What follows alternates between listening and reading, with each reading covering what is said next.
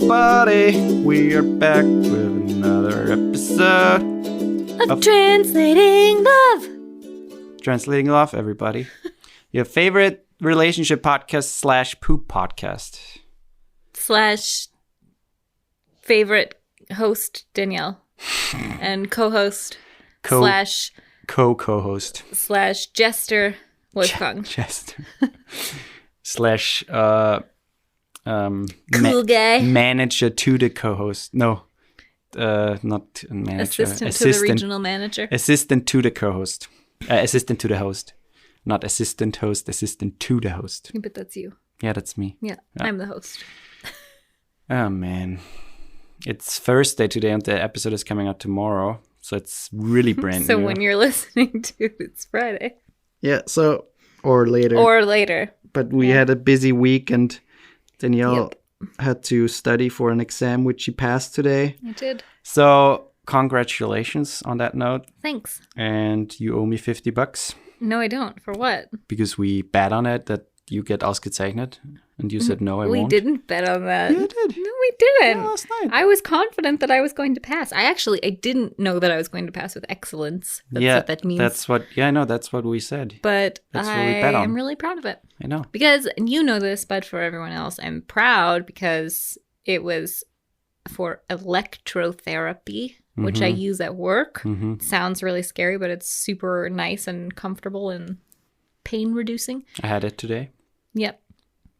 And it's a lot of physics and it's in German. So the fact that I learned all of that in German and passed with excellence, which is like the highest you can get. Yeah. I was really proud. So doinky doink. And they even said that this was like the best group they've had. You know what? Like our group. How many people were there? We were only 9. Ah, so okay. Because I told Astrid that you would be more than 9. Because she asked how many. Nah, there were supposed to be like 18, but apparently a lot of people didn't show up or canceled or whatever. Yeah. We were a small group, but no, maybe we were 12. How did your colleague do? You talked to She her? passed with excellence too. Oh, man. And she studied for 3 days or 4 days. But she's one of those people, she can do that. I mean, she did Heilmeister too. And she just retains information really easily and she can explain things really well. That's kind of nice. So yeah, but how are you doing except for feeling relieved? I'm so relieved. I'm good. Yesterday I would have maybe been a different story. I've been really stressed about the exam, but not about the exam, just studying is so stress dreams for a week. Oh, I hate the stress dreams. But like during the everyday life, I didn't really feel stressed. I was just I felt like I had so much studying to do. Like I felt like overwhelmed, I guess is better.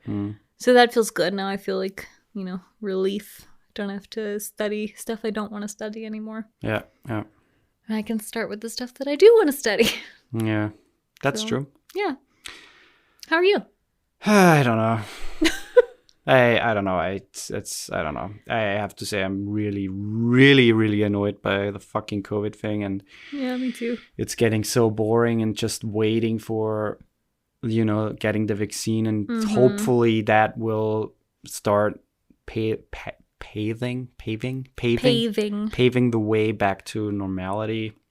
Yeah, I guess for you it's a lot harder than it is for me because I work where you work at home mostly by yourself, and sometimes you have like a Zoom meeting or something where you see other people, but for the most part you're by yourself. And I go to work and I see so many people every day. So for me it kind of feels, besides like missing spending time with friends, life feels fairly normal. Nah, it's just boring at this point, and it's just super annoying. And with all the, basically you have no perspective nobody really has, because nobody really has an idea how we can get out of the whole thing, and if we can, and hopefully with the vaccine we can at some point. But they've already been predicting that stuff, like in the US at least, they're predicting, we can get out of this, we just refuse to because we're stupid.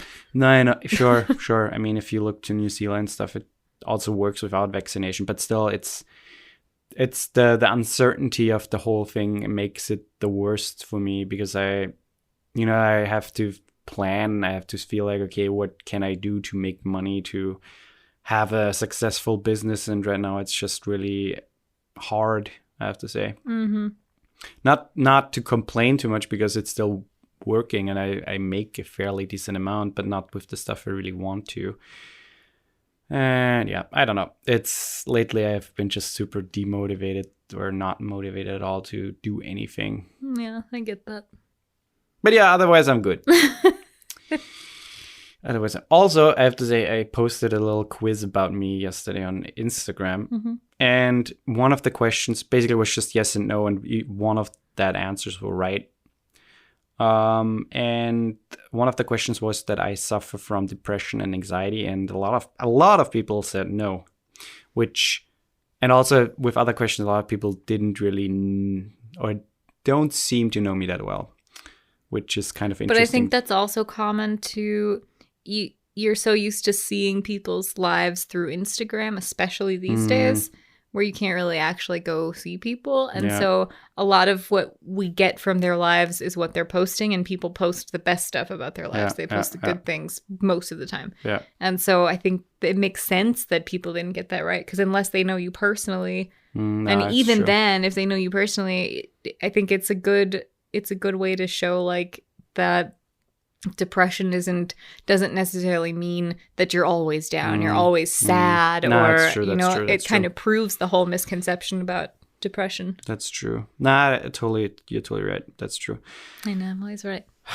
It's just interesting that and with other questions too, where people, I mean, there were some dumb questions in there too, but some like some people my favorite color is purple. Yes, no. Yeah. For example, I can drive a truck. Actually, but I said yes to that one because I think what I was thinking of as a truck when you wrote that is different, because when I think of a truck, I think like a pickup truck. No. You know, and then after I clicked yes, I realized, he probably means like a truck, like a semi-truck. Yeah. And then I realized my mistake. Yeah. But I bet you could drive a pickup truck because it's not that different from driving a car. Nah, everything, sure. I can drive that. But yeah. Okay. We're really rambling. Also another one. Some more. Another cool thing happened, and is that you are going now to Apple Podcasts and give us a rating. That's really cool. Oh, I thought you were talking to me. No. The listener is going to Apple Podcasts and just rate the podcast, whatever you want to rate it, obviously. That is exciting. Thank you, listener. Exciting. Thank you. Thank you for doing that. You can just do that on your laptop or on your phone. Can you do that if you don't have Apple Podcasts? Yes, you can. Can you just go to like Apple Podcasts on the web or something and rate it from your laptop? I'm pretty sure you can, or just over iTunes. Cool. I think that's the easiest way. But other than that, we're going to the episode. Today we are talking about... Today we're talking about how we met and how it turned out the way we... No, not how we met. I don't know. What is the accent? It's not one. No, today we're talking about how we rekindled or how we restarted our relationship in a more... Or like how it transitioned from friendship into... Right, and it's kind of an interesting story because we both were at like a crossroad at that point in our lives where... I don't know. I remember it very well because very well. Yeah, I have a hard time saying that. Because I at this point I was like in my internship at like this business. We talked about it in Toxic Relationship, I think. Yeah. I don't remember which episode. Yes, we did. But because you're talking that was your toxic relationship. Yes, we did. That's also a good episode, by the way. And so I was working there and I was not feeling super well because of the circumstances there, but I liked the work there, and I was also thinking about, okay, what should I do after I graduate with my bachelor's at the end of that internship, basically. And there were a lot of things going on, and also like in my private life with my ex-girlfriend, I knew already at that, like we had multiple conversations before. Well, at that time, your girlfriend, though. Right, at that point, yeah. We had multiple conversations before. Like I remember one in January of that year. That was January of 2016, where I already basically was saying, okay, it's over. I don't see any I don't see any drive, any reason why we should continue the relationship. But for some reason, we didn't. And so there was also this like a feeling of, okay, I'm going to be single at any point in this year, because for me that relationship doesn't work anymore. So there were a lot of factors that went into it, and I remember that we started talking again, like texting mostly. Because you were also at like a, I was in like a horrible place. I mean, it was fairly, I want to say we started talking around March, April, something like that. End of March, early April. Yeah. Yeah, because so for me, I was married at that time. Which Wait, what? Every time. What? Which some of you know, some of you might not know, but yes, I was married. I got married at 24. No, 25. No, 24. It doesn't matter. I have no idea. It doesn't matter. However old I was in 2015. 24. And my marriage was in October of 2015, and by, I don't know, March of 2016, I knew that we had made a mistake. And, you know, it doesn't really matter now, but looking back on it, I realized that the relationship was over well before we got married in terms of an intimate relationship. But it was just comfortable. You know, that's what you do. You've been together for 5 years, so you get married. That's just what everybody does. I mean, there's nothing wrong with that, but if there is the nothing foundation wrong with that. of the relationship doesn't... The thing is, I think a lot of people think like, okay, it's something's missing or something is not working. Let's try the next step, like either getting a dog, maybe getting pregnant or getting married, stuff like that. And then all of a sudden it's like, okay, shit, there is like the foundation of the whole relationship is not there or is not as solid as we thought it would be. For our relationship, it was very much we got too comfortable and it became more of a friendship. And then at some point it became, I mean, he also struggled with depression. And so I don't hold that over him because, I mean, at that point I already understood my own depression and he didn't understand his. And I was trying to help him, but he wouldn't accept help. And I mean, and he also was like in a place where he didn't really know what to do with his life. But right? that was a lot of having to do with his depression. That caused a lot of his depression because he didn't want to do what he studied, or he couldn't find a job in what he studied, and he made the conclusion that he didn't want to do it because he couldn't find a job in it, even though he loved it. So that was kind of a weird thing. He refused to find work, and so it's like I was carrying us financially for a very long time, living in an expensive apartment. You know, there was just a lot of factors. So for me, I was like more of the mom, and I hated that role. Because you shouldn't be in that role in a relationship. If you have children, it's different, but if you shouldn't be the mom to your partner. I get that, especially if you're in a committed relationship and you have always the feeling of not necessarily telling the other people what to do, but having the feeling that the other person needs telling or needs direction, and you have to provide it, even though you as a partner I found his jobs for him. He had 2 part-time jobs. I found both of them for him because he wouldn't. The thing is, I know people where things like that work if the other person is very like, okay, you do that, you do that, you do that, and the other person needs that, and it works. That's totally fine. But I think at a certain age, you should just get your shit together yourself because you're grown up. And that's all about. I mean, if what's the point of being grown up if everyone has to drag everything to you? If everyone needs to, bring everything to you on a silver platter and say, "Hey, do you like that?" or "Let's try this." Maybe. And in this case, it was a mix of that because he was also, there was some things with his mom, like that where she was always babying him. He's the baby, Yeah. So I think that played into it a little bit. He's used to being taken care of, or was used to it. But I mean, he also was struggling with depression, and he hadn't really figured out that that's what he was struggling with. And so on that end, I totally sympathize with him. But he also wouldn't accept help and wouldn't go see somebody and wouldn't try to do things to help him. He just kind of let himself fall into it. And eventually I got to my wit's end because our relationship was suffering and he didn't want to work on it. I asked him to go to couples therapy. He wasn't interested. At one point, for me, the last straw was at one point he told me that he no longer wanted children, or he wasn't certain if he wanted children anymore. And that's something that we had discussed before we got married because I think that's a responsible conversation to have before you get married. Before you get committed to someone in Right. general, I think if you have... Well, I mean, when you're younger, it doesn't really make that much sense. But that's what I mean, when committed you, to someone. like a long-term commitment, yeah. I think it's an important It's things you should talk conversation. about at some point, like the Yeah. perspective. What do you want from life, you know? Yeah. Do you want children? Do you want to have a house at some point? Yeah. Do you want to have property? Do you want to travel the world? Yeah. Whatever, yeah. And he kind of hit me with like a bombshell, like 3 months after we got married, told me, hey, I don't really think I want kids anymore. And if I do, maybe not for 10 years, maybe longer. And that was kind of for me like, okay. That kind of like helped me make my decision that I was already contemplating because it was too much for me. But around that time, you and I were also connecting. So it was kind of in the midst of all of that.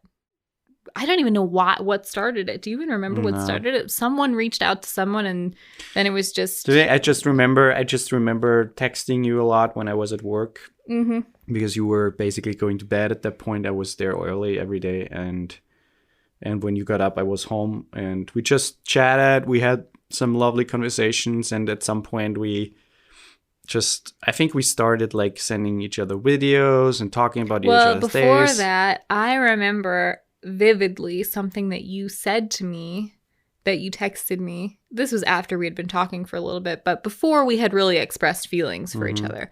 This was kind of like the opening to it, because you texted me and you said, because I was telling you a little bit about my marital issues. Wait. Let's take a quick break and make it like a little cliffhanger.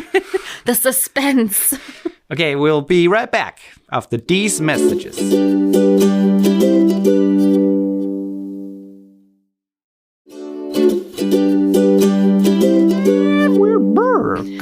Is the suspense killing you yet? So what did I say? Do you know what I'm going to say? No, I have no idea. That's interesting because I remember it vividly. So we had been texting for a little while, but mostly just like friendly, chatting, catching up with each other's lives. And then we got into like deeper conversation about like things that you were struggling with, like with your internship, and then things that I was struggling with, like my marriage. And as we were talking more openly about that aspect of my life, you said that when you saw that I was engaged, when you saw that I was getting married, I remember a little, you were kind of sad. Yeah, I remember you said that that. you felt a little sad when you saw that. I remember that, yeah. And that kind of opened up the conversation to, you know, things that we had felt for each other but never said. Because I think we both just thought like, okay, we live so far, especially when you're really young. Like when we were teenagers, it's like we like each other. I liked you the second that I met you. Me too, yeah. And I think I've said this on the podcast before, but that's how we met. He came to my high school for 2 days. You were there for 2 days and shadowed me through my classes. And we totally clicked and were really easy friends. And I wrote him a note, you know, classic high school communication. I wrote him a note basically asking him if he wanted to be like my long distance boyfriend. But I thought it was stupid after I wrote it, so I never gave it to him. I mean, at that point, you have to imagine that was 2008. 2008. So at that point, Facebook was basically just opening up in Europe. It was completely new. Can you imagine new. if it wasn't, though? If you didn't have that, we maybe wouldn't have reconnected. In general, and the globalization was just it's still at the starting point. Like, okay, sure, we had McDonald's and stuff like that over here, but still, you know, traveling as easily and the world being so connected as it is, like WhatsApp and stuff, that was not a thing back then. So the world as connected it was as it is now, that was not a thing at that point. So it was over 12 years ago. Yeah. And even being that young, you know, you don't have the perspective of, okay, that could be something that could work. And at that point, you don't even have figured out life, what you want from life and what you want to do. And so... Well, and also the idea of being with, like, in a relationship with somebody who lives in another country is ridiculous in your mind. Like, how could never work, especially then. I think less so now. It's still maybe a crazy thought to younger people. I think it depends.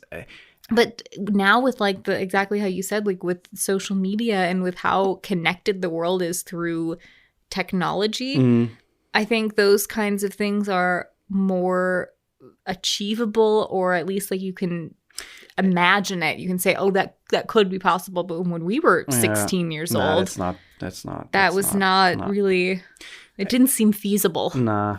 And I think also the important thing is at this age, trying something like that is not the best thing, especially because you have to, you have to make some experiences. You have to find your way of doing things and making mistakes, obviously. And that's something that's not easy when you're with someone who is not there, But I'm curious what you think about this. Do you think if we would have at 16 had some weird long distance relationship, which probably only would have consisted with writing letters back and forth to each other or Facebook, because at that point that was starting for you. Yeah. But do you think that obviously I don't think it wouldn't have gone on very long because we were just too young? No. But do you think that we still would have reconnected? See, I don't think so. Really? Nah, I don't think so. I think so. I mean, maybe, but I don't think so. No, I don't know. Because you have to think, for me, it's about like the age that we were is a little insignificant. As weird as that might sound, where like, okay, if this had happened when we were in our 20s, like early 20s, I would say no. I would say we probably would not have tried that again. But if we were like 16, 15 and just like pen pals, essentially, then maybe, I think maybe it still would have happened. Then maybe, yeah, sure. It depends on what the relationship was. But I usually... Yeah, but it's 16. Nah, I what agree. would that relationship be? I was 17. Yeah, so. I was 16. Yeah. So, but not totally. If the relationship was just consistent of like writing letters and maybe Skyping once in a while, then yeah, maybe. But the thing is, I like to think that, you are with someone, and if you grow apart, if it doesn't work, then that there's a reason for that. And even if you find to that person again, See, I know in most cases, I think it's not possible to try to stay together, because I think, especially if you I don't know. See, I don't agree. I don't agree with that though, because you have to think about how much people change as they age. I mean, that's the factor. If both parties change to that degree that all those things that were a problem in the previous relationship faded or are not a problem anymore, and maybe people can now work through together on it, I totally agree. Especially, I think if there's like a kid involved, I think that's something. Yeah, that's different though. It's that different. For me, it's different. It's different, but still. I'm talking about like if you had a relationship with someone when you were like, think about your girlfriend when you were 17, and it's like, okay, and I think about my boyfriend when I was 17. Yeah, but if it was, typically those relationships are not as long. No. So you don't really have the experience of a relationship with them, and you're young, and then imagine 10 years later, 20 years later, you reconnect with that person. You're not the same person you were when you were 17. I mean, that's what basically happened with my first ex, and I cherish the friendship I have with her now, but I would not want anything else, especially for that reason, because I know... I mean, I know what it was back then, and I know. But can you honestly say that just because of what it was when you were 17, it would be the exact same thing as obviously 30? not. Obviously not. It would not be the same thing. But I don't know. For me, it's just okay. That chapter is checked off, and I always the thing is I have this tick of trying to be likable, and I like when people like me, and I hate when people hate me. The thing is, I don't care what people think about me, but that thing is just important to me. I would just want to make a good impression. What does that have to do with anything? No, but that's the thing. If I can be friendly with someone, even friends with someone who maybe previously hated me for whatever reason, or there was just whatever. It doesn't need to be an ex. It can also be a guy who I met at some point, or who I was a dick to at some point, or whatever. If there can be just a friendly ground thing. For example, the one customer I had, who is basically family as well, and the thing is, I want him to like me at a normal friendly level, because I think I know he's a nice guy and I like him for that, and there were just some incompatible issues. We just didn't work well together in terms of working relationship, which is fine. What does that? I get that whole thing, but what does that have to do with like not being with somebody that you've once been with? But that's exactly the point. The thing is, I'm glad if I can be friends with someone who I had previously a relationship with, like in a friendly way, and with some things it's just that, like in a friendly, hey, how are you? That's it. With my first ex, it's a little different. I mean, we have a podcast episode on that, but I'm that's the thing I can do. More I can't. I just can't. But okay, so does that mean that you are telling me that if we were to, like, say we don't have kids, and which we don't right now, but say we at whatever point in the relationship we don't have kids, and we split up and we get divorced, like something really crazy happens and we get divorced, and you're saying that for you that chapter is then closed. There's never another possibility. I mean, obviously there's always a possibility, and I think it depends on my first relationship wasn't significant. Yeah, it was a short fling. That's it. I had no clue of being in a relationship. No, but I know, but that's exactly my point. I think if you spend a long time with someone, you know them, and I think you probably have a fair shot of getting back together with them if there's like a ground and a base that you can rebuild on.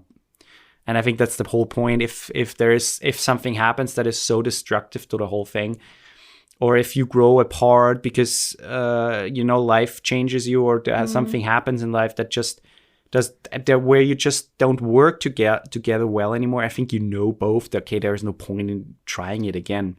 It's so interesting to me. But obviously there are chances. Sure, there's always a chance of like finding back together if both you said it, both change to that degree where the issue or where the thing that happened can be worked through, and I mean, my mom and my dad, before they got divorced, they had like a year apart, basically trying to or sort through things on their own and trying to figure out what they want in life. And my dad didn't change. My dad is still the same guy he was 20 years ago. I mean, that's not totally fair. But in that sense, in that relationship sense, he wants the same thing from his wife now that he wanted from my mom. Literally the same thing. And my mom just was at a point in that time where she knew, okay, she needs something more. She needs something different than my dad was, and so it didn't work anymore. I totally agree with that, because there are some cases where they don't change. But my whole point was that I think that's almost, and I don't mean this in like a negative way, like against you. I think it's a little closed-minded. I see. No, listen, hear me out. I think it's a little closed-minded to say, and it's not like I'm saying, I hope that at some point you have feelings for one of your exes again. I'm just thinking realistically that I don't think the door might be closed, but I don't think that means you can't ever get back with an ex, like just because you dated them. But that's what I just said. There's always a chance, sure. But the thing is, I almost think that the longer the relationship, the harder it is to go back into it, because you did spend all that time together. You've seen all these sides of each other. But the less time you've spent with somebody, the less you really know about that person. And so the more time that then passes, they could be a completely different person, and it's a whole new relationship. You know what I mean? I agree. I totally agree. And again, please don't get back with your ex. I'm just saying. There's always a chance, obviously, if you're both in a place where it would work. Sure, why not? I mean, I'm not saying don't get ever back with someone you've been before, but I think in certain situations, you just know that the person didn't change, or that the same issues are still there, and then getting back with each other is just stupid. It's just stupid in the sense that... I think a lot of times the interest is also not there. Like for me, if I think about all of my exes, there's not a single one where I would say, yeah, I could see that happening, Not a single one. Same, totally same. And it doesn't mean that I don't like them as people, because there are some of my exes I still talk with. I think they're really good people, but I don't at all view them in that way anymore. Right, and that's the same for me. And the thing is, I know there are some movies where they get back and or even series like shows where they get back and forth with people, and Ross and Rachel. Yeah, or Gilmore Girls, for example. And I think I don't know. I don't know any people who did that in real life. So I do. Really, you do? Yeah, Okay. I do. But I think they're out there, and people tend to. It seems realistic to me that people tend to go back to someone who they It's knew, and comfortable, it's yeah. comfortable. But if you are not compatible with each other in the first place, and you don't Or not willing to work on things. you don't work on things, then you have the same issues again. I think that's it's just a agree. waste of time then, because what are you doing? You waste time that you could try to waste on finding someone that you actually like, or that you agree. can actually be happy with. We've gone so off topic. Yeah, we should finish it. But Basically, where we left off. I like this situation. Episode. It's a little all over the place, but I am enjoying the conversation. But we talked a lot. From basically, like how we talked a lot. Once you said the thing that you said, it kind of like opened the door a little bit to explore those feelings. Yeah. Because then I was open with you about saying I actually have had feelings for you since for me, they never stopped. I don't know about you, but every time I saw you post something, or every time I like just chatted with you briefly, I felt something. Every time. I can't say that. Maybe it was like that, maybe not. The thing is, I liked seeing and hearing about you, and I mean, I commented on a lot of pictures of you, so I've been clearly interested. But it's just interesting because when I was done with my internship, I booked, or shortly before that, I booked a flight to America. Yeah, we had like almost a joking conversation, like, oh, it would be so cool if you came here, and then I could show you around Portland, and we could hang out and actually see each other again after 8 years at that point. Yeah, and then you were like, let's do it. Yeah, and I basically wanted to do something for my bachelor's degree, like finishing it anyways. And I remember the talk where I had like with my ex-girlfriend then, or my girlfriend back then, to explain that I'm going to America alone. And that again was, okay, we are done that talk, and then we weren't again. And I think that could also be an interesting topic in how to end a relationship properly. Yeah, I think so too. But I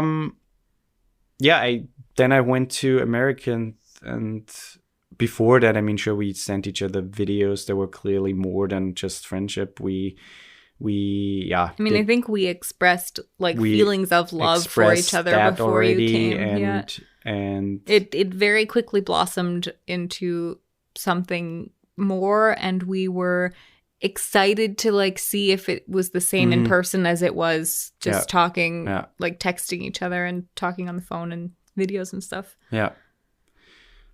That's because it was a very, I don't know, for me that was a very almost like a strong magnetic force is what it felt like to me, like talking with you on even just every time I would get a video from you or a voice message, I was just so ecstatic, I was so excited, and I don't know, I felt just this connection with you that I hadn't really felt before. It was just at the right time and not the right place where we both were, but at the same time, yes, it was. But I'm also a firm believer in, the thing is, we both acknowledge and are open to the fact that we were both in relationships at the time that we started ours. So we cheated in our relationships. Yeah. And that's not something that we take lightly. No. But we also are honest about where we were in our relationships. We're honest about the fact that we could have handled the situation differently. Mm-hmm. But I think it's also important to remember that love does not always have the best timing. So I think it's good to, or how you feel. You can't control how you feel when you feel it. Nah, but things could have. But see, for me, the whole hindsight thing. In hindsight, sure, you can say anything in hindsight. Nah, but what I'm saying is, from what I take away and from what I want to just give away, is that you should sort out your stuff first. 100%. Because afterwards you feel like shit, and I still regret some things in the sense what I did that I didn't do. Yeah, I regret things that I didn't do. Yeah. That I should have done, and in hindsight, and that's something I want to just put out there, that you should sort out your stuff first before going into something else. We don't condone cheating, nor do we take it lightly that we cheated, but we also talk about it openly. Right. And so it's easier for us to talk about now, it being so long ago now. Mm-hmm. And I think that's important to remember, because I have also been cheated on, and I know how it feels to be on that end of it. Yeah. And it's shit.